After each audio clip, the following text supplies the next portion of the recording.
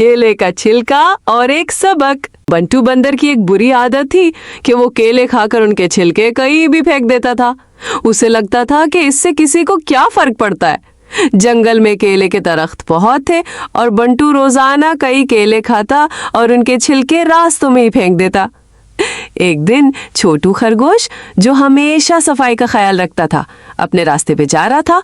वो एक खास किस्म की जड़ी बूटी की तलाश में था। वो ध्यान से चल रहा था कि अचानक उसका पाँव एक केले के छिलके पे पड़ा, जो बिल्कुल रास्ते के बीच में पड़ा था। छोटू लड़खड़ाया और गिरते गिरते बचा। उसने गुस्से से देखा तो उसके बिल्कुल सामने बंटू बंदर एक दरख्त पर बैठा मजे से केला खा रहा था, और जैसे ही खत्म हुआ उसने छिलका वही जमीन पे फेंक दिया। छोटू को फौरन समझ आ गई कि ये किसकी हरकत है। बंटू बंदर, छोटू ने गुस्से से कहा, तुम्हें कितनी बार कहा है कि केले के छिलके रास्ते में मत फेंका करो। देखो, मैं अभी गिरते गिरते बचाऊं। बंटू ने लापरवाही से कहा, ओहो छोटू, इतने नाजुक क्यों? ये तो बस एक छिलका ही है।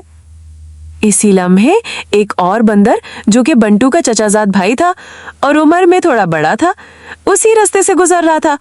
वो जल्दी में था और उसने बंटू के फेंके हुए छिलके पे पाँव रखा। वो फिसला और धड़ाम से नीचे गिर गया। उसके सर पे चोट लगी और वो दर्द से कराने लगा। बंटू ये देखकर एकदम खौफजदा हो गया। ये पहला मौका था जब उसकी अपनी गलती से किसी को बराहे रास्त नुकसान पहुंचा था। वो तेजी से दरख्त से नीचे उतरा और अपने चचाजाद भाई की मदद करने लगा। माफ करना भाई, मुझे पता नहीं था कि ऐसा हो जाएगा। छोटू ये सब देख रहा था। बंटू का चेहरा परेशानी से पीला पड़ चुका था।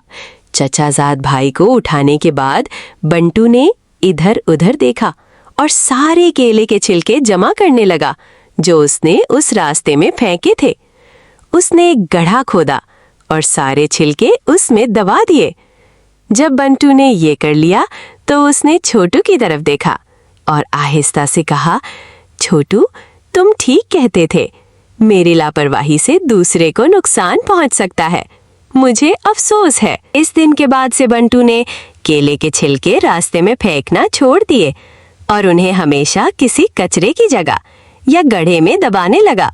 अखलाकी सबक, ये कहानी सिखाती है कि जब हमारी लापरवाही से किसी अपने को नुकसान पहुंचता है तो हमें अपनी गलती का एहसास होता है। अपनी गलती मानना और उसे सुधारना अच्छे अखलाक की निशानी है।